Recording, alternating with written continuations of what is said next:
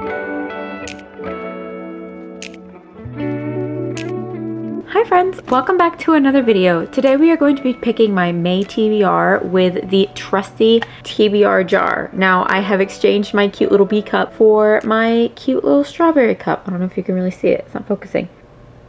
There we go, cute little strawberry cup. So the plan is to pick 7 prompts and to find a book that matches them as much as possible. Now our old prompts from last time are back in here, but if we come across those prompts and I remember that we are to use them, then I will put them to the side and we will draw again. The reason why we're doing 7 prompts instead of 8, even though I read 8 books every month, is because I already know of at least one book that I want to read in May, and that is There by Tommy Orange. Now I actually think that we picked this book last time we did a TBR jar, which I think was in February, and the prompt that we chose for this one was a debut novel. I obviously didn't get to it. We just didn't have enough time to read it in that month, unfortunately. For sure, this is one of the books I want to read this month. So this is the first one of the 8, and for the rest of them we will draw using the jar. I spent a couple minutes before I turned the camera on unsticking every single one of these prompts, and they're already stuck again. So look at that.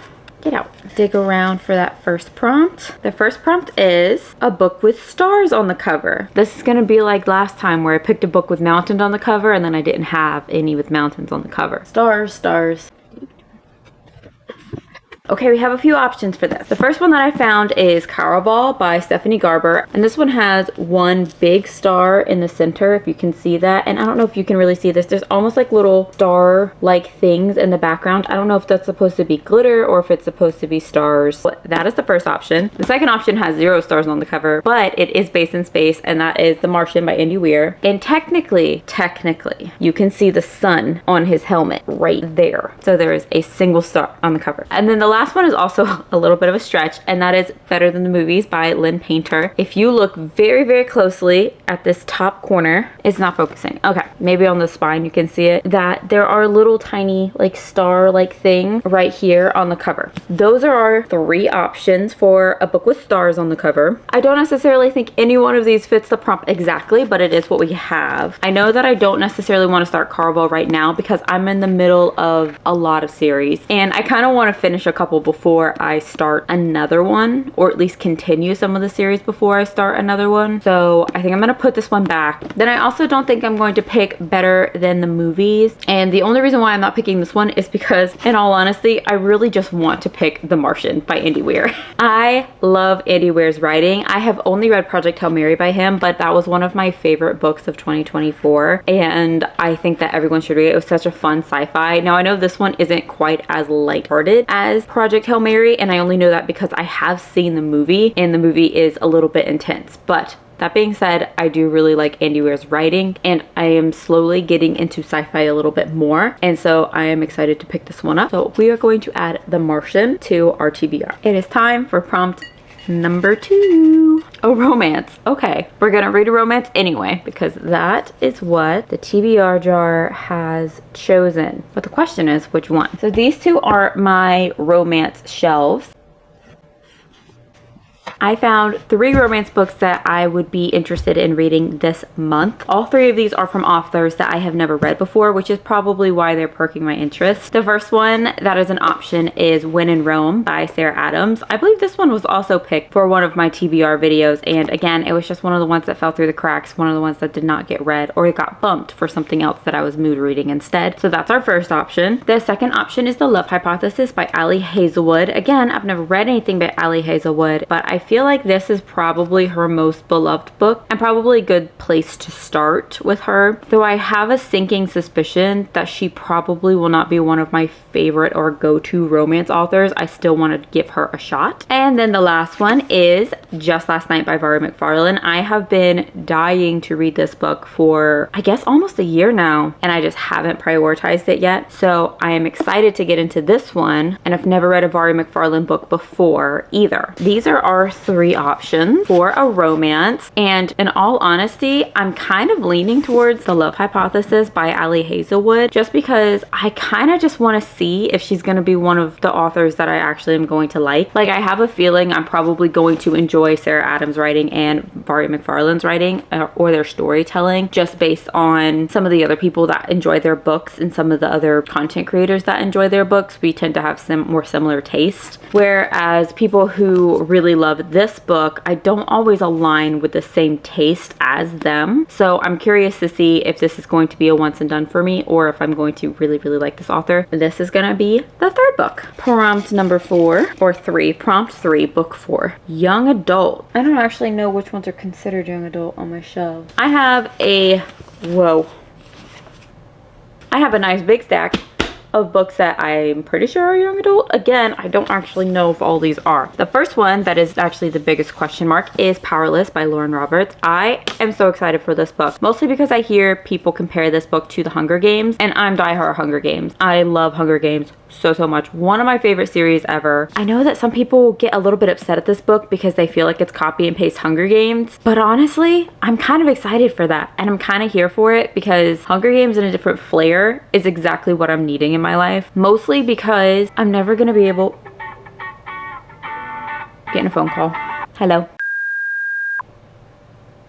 Okay, we're back. As I was saying, what was I saying? Oh yes, I am here for Hunger Games copy and paste because I love Hunger Games, and I'm never gonna be able to read that book again for the first time. So anything that gives me Hunger Games vibes, I am here for. So there's that one. The second book is technically a novella, and that is Killjoy by Holly Jackson. This is a Good Girl's Guide to Murder novella. I think this is a novella that comes before the first book, but it was published last. I have no idea if you're supposed to read it first or not. I didn't know that this book existed until about halfway into Good Girl Bad Blood. So this is an option as well. This is definitely young adult.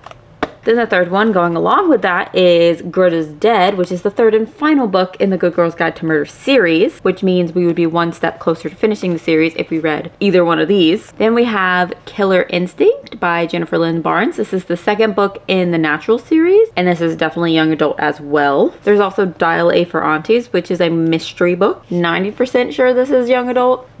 And then the last one is Shatter Me by Tahira Mafi, I think is how you say her name. I'm not actually sure. This is a dystopian series that's really long. There's like 8 or 9 books, I think, in this series. And I think another one just came out earlier this year, or is coming out later this year. I don't actually remember because I haven't read the books, and so I wasn't super invested to remember the details.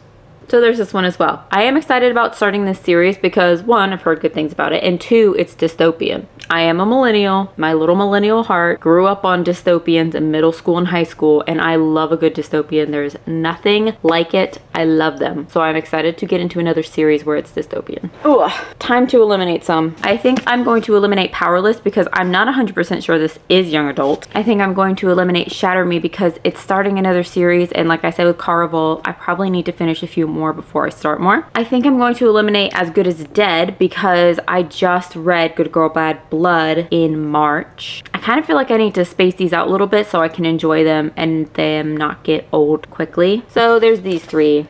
Killjoy would be fun because it's a novella, and even though it is a part of the Good Girl's Guide to Murder series, which I just continued, it's really short. So after trying to find how many pages there are in this tiny little book, almost the last third of it is all excerpt, A Good Girl's Guide to Murder and 5 Survive. So this book is only 117 pages long, so we could read that in one sitting, considering, which leaves all mysteries. Actually, all these are mystery books.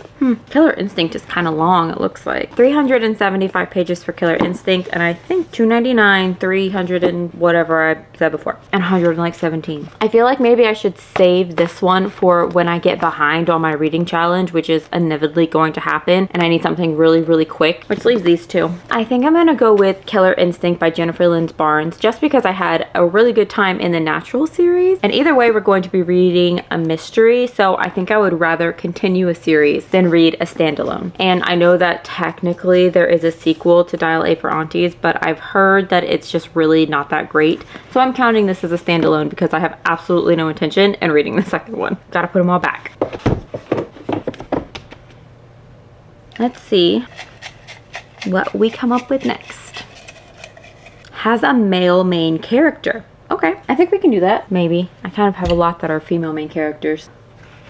Do I dare? I know what I'm going to do. It's not my only option, but again, like I said, I'm traveling and I already own the audiobook of this, so I think I'm going to do this one so I have a better chance of actually finishing my TBR. And also, it's one of my 25 books to read in 2025, and that is Iron Gold by Pierce Brown. This is the 4th book in the Red Rising series, and technically it is the first book past the original trilogy. So from this book on, you don't have to read in order for it to be a complete story. You can just read the first 3. And I think I've said this before, the Red Rising series was not necessarily my favorite, but something about that story has stuck with me for this whole time.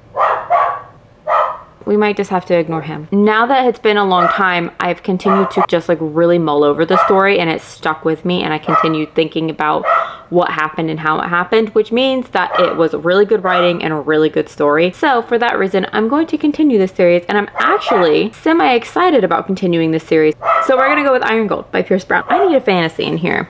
So let's shake and see what we get. Hopefully something that is fantasy-esque. This next prompt has a color in the name, which is a little bit of a bummer because Iron Gold would have been a absolute perfect book for that prompt. Now I'm not exactly sure what I'm gonna do. We have lots of options for this too, more than I thought. So I think I'm gonna have to choose in this one if I want a fantasy book or if I want a shorter book. The first one is Blue Like Jazz by Donald Miller. Quite honestly, I have no idea what this is about, but even 15 years later, I feel a little bit of FOMO for not having read it, so we're gonna read it, maybe. The second book is The Bluest Eye by Toni Morrison. Again, I'm not really sure what this one is about. Sometimes I just go into bookstores, especially since I get a lot of my books secondhand. Do not eat those. Thank you. And I just pick up titles that I just recognize and have no idea what they're about. And this was one of those situations. I got this book for 50 cents at a thrift store, so I didn't really need to know what it was about. This happened with this one too, actually. This is The Black Arrow by Robert Louis Stevenson. One of my favorite covers. It's just so old-timey and unique, and I love it. That's what the inside looks like. So cool. So I just have to decide if I'm going to be in the mood for a classic or not. Though it's not very long. It's going to be about 300 pages. There's also Anne of Green Gables, which is of course a classic. And then lastly, this is the fantasy book, Jade War by Fonda Lee. Now I haven't actually read Jade City yet, but I am planning on getting to Jade City this month, so possibly continuing the series next month. So those are all of my options. Unfortunately, I don't think I'm going to pick Jade War because it's very chunky, and I am looking for some shorter books because I'm going to be traveling a lot and I want to take smaller books with me, and I just don't think that I'm going to have time to sit down and read big old chunky book this month. I also don't think I'm going to pick The Black Arrow simply because I'm not in the mood for it. I'm also going to put The Bluest Eye back, which leaves us with either Anne of Green Gables or Blue Like Jazz. Now, Blue Like Jazz is a little bit shorter, but I can listen to Anne of Green Gables with Spotify for free, and I do like an audiobook. I think I'm gonna go with Anne of Green Gables because it's still really short, but again, like I said, I can listen to this for free with Spotify. 2 more, 24 minutes. Can we do it? Oh. My crazy dog is being loud, so we have to keep pausing to tell him to stop barking.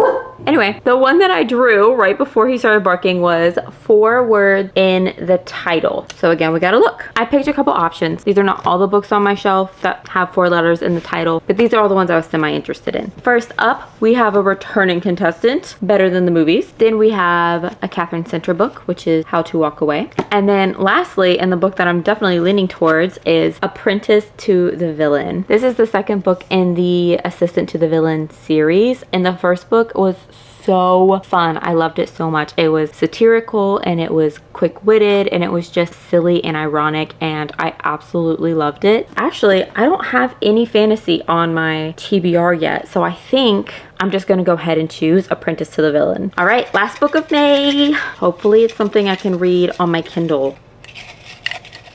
A book that has been adopted to movie or TV. I actually already have an idea for what I want to do, and that is pick Killjoy by Holly Jackson. Now, I know this is a little bit anticlimactic, and technically Killjoy itself has not been adapted into a TV or movie series, but A Good Girl's Guide to Murder, the book series in its whole, has. And so it's a little bit of cheating, but I honestly feel like I'm going to need a book that is just so short and so easy to get through in order to stay on track in May when I'm going to be gone for a significant portion of the month. And that is it. This is every book that we are going to be reading in May. So let's do a quick little recap. First, we are going to be reading There There by Tommy Orange. This is a book about different Native Americans traveling to the big Oakland powwow and just the stories along the way of what happens. There's The Martian by Andy Weir. This is a story about an astronaut who is on a space mission to Mars and his crew accidentally leaves him behind. We have The Love Hypothesis by Ali Hazelwood. This is a STEM romance,